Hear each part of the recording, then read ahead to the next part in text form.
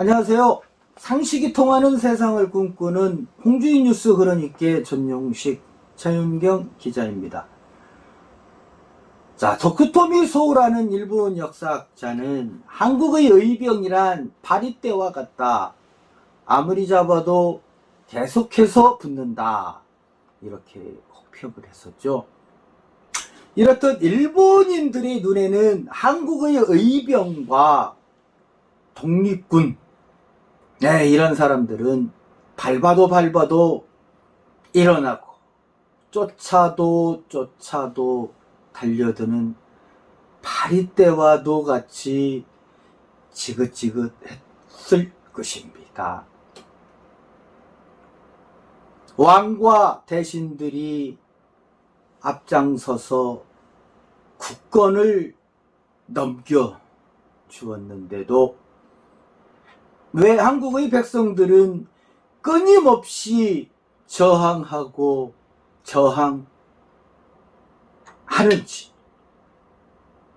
일본 놈들은 도통 이해할 수 없었을 것입니다.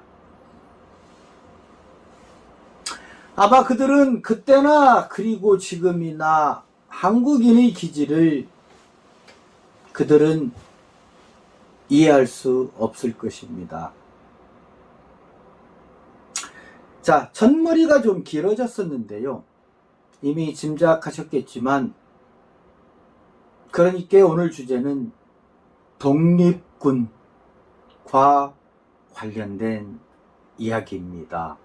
1945년 8월 15일 광복의 기쁨을 나누기 전에 순국하신, 빼앗긴 나라를 되찾고자 장렬하게 산호하신 그분들을 위해 국가보훈처에서 오랜만에 큰 결단을 했습니다. 그 어떤 정권에서도 해내지 못했던 일인데요. 잘한 것을 잘했다고 칭찬을 해주는 홍준 뉴스 그러니께 잘한 것에는 여야의 구분이 있을 수 없습니다. 정치적인 계산법이 필요치 않습니다. 첫 번째 꼭지입니다. 해방 후 55년이 지나도록 역대 정부에서는 관심밖에 일이었죠. 정권이 바뀌자마자 서울 강북구 수유리 애국선열 및 광복군 합동묘역에 있는 한국광복군 무후선열 17의 합동묘, 8.15 광복절 혹은 광복군 창건 기념일인 9월 17일 즈음에서 국립대전 현충원으로 이장한다는 소식 전해드리겠습니다. 꽃다운 나이에 순국해 돌봐줄 후손조차 없는 한국광복군 17위 합동묘역에 대해 최윤경 기자가 전해드립니다. 네, 수유리 광복군 합동묘역은 대한민국 임시정부 광복군으로 중국 각 지역에서 일본군과 싸우다가 전사하거나 순국한 선열을 위한 합동묘입니다. 후손이 없어 안장되지 못한 유고를 모셔와 1965년 창립된 한국광복군 동지회가 1967년 조성했는데요. 당시에는 6.25 전사자 등을 안장하기 위한 서울현충원이 유일한 국립묘지로서 광복군 선열 유해를 수유리 합동묘역에 모실 수밖에 없었다고 합니다. 유해는 지청천 광복군 총사령관이 1946년 입국하면서 모셔왔다고 합니다. 그렇죠. 17분의 유해 중 14분이 중국 산시성 태양산에서 일본군과의 치열한 전투, 그 전투에서 전사한 일명 태양산 전투, 이 전투에서 전사한 분들이 광복군 제2지대 출신인 것입니다. 이 밖에 광복 직전에 순국한 청년 김순근 의사의 유해도 있습니다. 일제의 횡포가 극에 달한 1945년 19세의 나이로 광복군에 입대한 김순근 의사는 중국에서 동지들을 비밀리에 모으다 일본 경찰에 발각돼 투옥됐는데요. 모진 고문을 견디다 조직을 보호하기 위해 자결을 택했습니다. 조금만 더 버티면 광복을 맞을 수 있었던 20살 젊은이의 안타까운 최후였습니다. 그리고 1945년 중국에서 일본군에 체포돼 순국한 김찬원 의사, 1943년 중국 하남성에서 전사한 문학준 의사, 1941년 피살된 현희평 의사, 1942년 일본군에 총살된 백정현 의사, 한미 합작 특수훈련에 참여했던 동방석 의사 등이 모셔져 있습니다. 예, 이와 같은 국립묘지 이장 논의는 사실 독립군 동지회의 후신인 한국 광복군 기념사업회가 지난달 26일 정부에 건의하면서 시작됐는데요. 보훈처가 지난해 2월 수유리 일대 묘역을 국가관리묘역으로 지정을 하면서 이 묘역 자체가 국립묘지가 아니기 때문에 이 예후 문제가 발생되기 시작했습니다. 그래서 이장 문제가 이제 본격적으로 논의되기 시작한 것입니다. 자, 홍주인 뉴스 그러니까 전용식 이제 본격적인 체크 들어가겠습니다. 한국광복군 기념사업회 이영진 회장은 한 언론사의 인터뷰에서 박민식 국가보훈처장이 나라 위에 목숨 바친 광복군 유해를 국립묘지가 아닌 산속에 둔다면 누가 나라를 위해 목숨 바치려 하겠느냐. 광복군을 모시는 건 예우 차원이 아닌 정부의 당연한 의무이다. 라고 공문을 보낸 지 일주일 만에 이장 검토하겠다며 윤 대통령에게 보고한 것으로 알고 있습니다. 광복군 후손으로서 너무 고맙다고 말했습니다. 두 번째 체크입니다. 이장 준비 과정에서 합동묘에 모신 선열 중 1944년 7월에 순국하신 한휘 의사가 정부로부터 독립유공자 서원을 아직 받지 못했다. 그렇기 때문에 난관에 부딪히게 된 것이죠.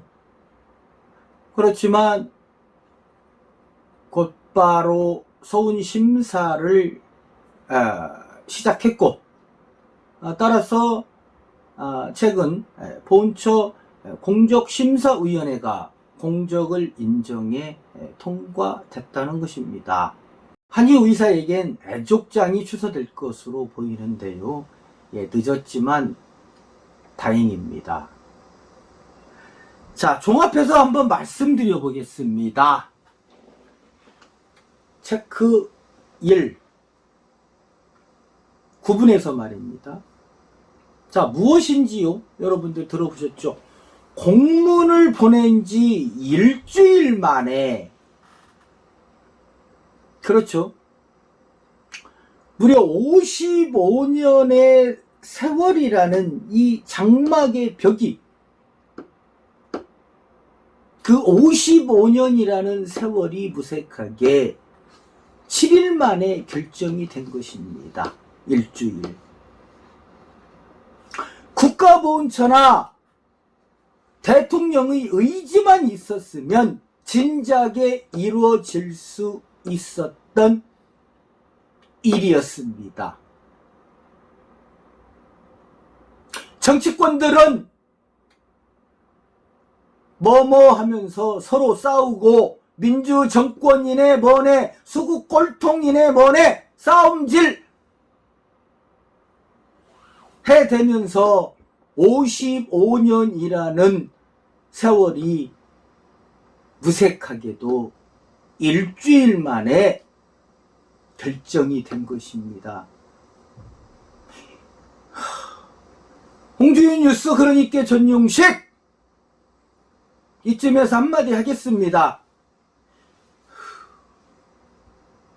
나라를 되찾고자 목숨을 바추신 순국 선열들,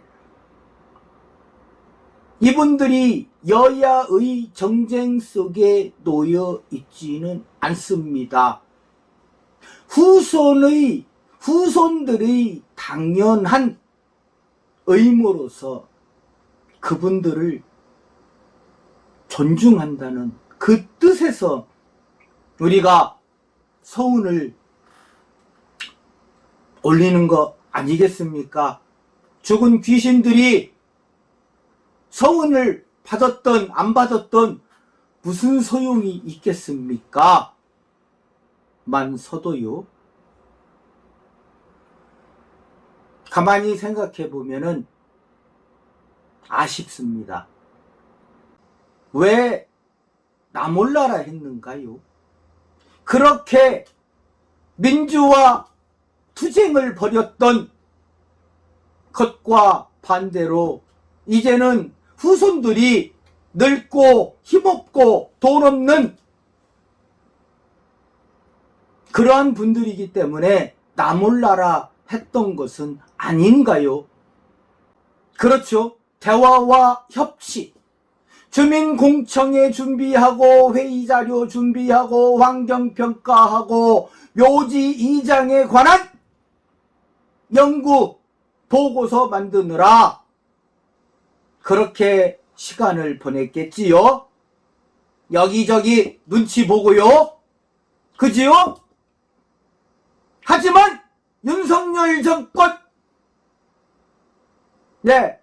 누가 아무리 지지율이 떨어지고 뭐라고 해도 저는 응원 안 할 수가 없습니다. 저는 친일파가 아니니까요.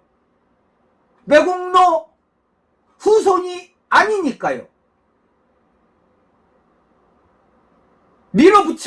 밀어붙이면 이렇게 일주일 만에 결정됩니다.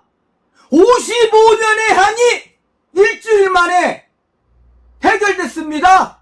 두 번째 체크 들어갑니다. 자, 우리 최윤경 기자 소개 좀 해주십시오. 서운심사의 까다로움 새삼스레 거론하지 않겠습니다. 한위 의사의 독립유공자 서운심사, 어찌됐던 한 달도 걸리지 않았을 것입니다. 지금도 독립운동가 후손들은 자료가 부족하다, 구해와라, 힘들다라는 반려사유 속에서 어쩌면 이 소식은 허탈할 수밖에 없습니다. 그렇지만 전국의 독립운동가 후손 여러분, 이제 고생 다 하셨습니다. 그렇죠. 이제 고생 다 하셨습니다. 이제 우리 독립유공 후손자 여러분들 곁에는 윤석열 대통령님과 박민식 국가보훈처장님이 계십니다. 드디어 우리는 지난날 빼앗긴 조국의 독립을 위해 헌신하신 분들을 진정으로 생각하는 대통령을 만났습니다. 여야의 쟁점 그딴 거 필요 없습니다. 나라의 독립을 위해, 광복을 위해 피땀 흘리신 선열들의 그 노고를 생각하지 않는 정치인들, 아무 쓰잘데기 없습니다. 자, 그런 의미로 우리 독립유공자 후손 여러분들, 지난날 서운신청에서 퇴짜 맞았던 후손 여러분들, 자, 다시 한번 심기일전하셔서 서운신청 해 보시기를 바랍니다. 혹시라도 서운신청 서류에 부족한 부분 도움을 청할 길이 있으면 저희 홍주인 뉴스 연락해 주시면은 물신 양면으로 도와드리겠습니다. 여기에 묻힌 이분들은 대부분 20살에서 28살의 미혼 청년들입니다. 조국을 위해 청춘을 불사르고 한 줌 흙으로 돌아와 묻혀있는 소년들입니다. 국립묘지로 옮겨가기까지 기다린 세월은 55년. 묘비 뒷면의 추모시가 오늘따라 더욱 애절하게 다가옵니다. 빗바람도 찼어라 나라 잃은 나그네야. 바친 길 비록 광복군이었으나 가시밭길 더욱 한이었다. 순국하고도 못 잊었을 조국이여. 꽃동산에 뼈나마 여기 묻히었으니 동지들아 편히 잠드시라. 지금까지 홍주인 뉴스 그러니께 전용식 최윤경 기자였습니다.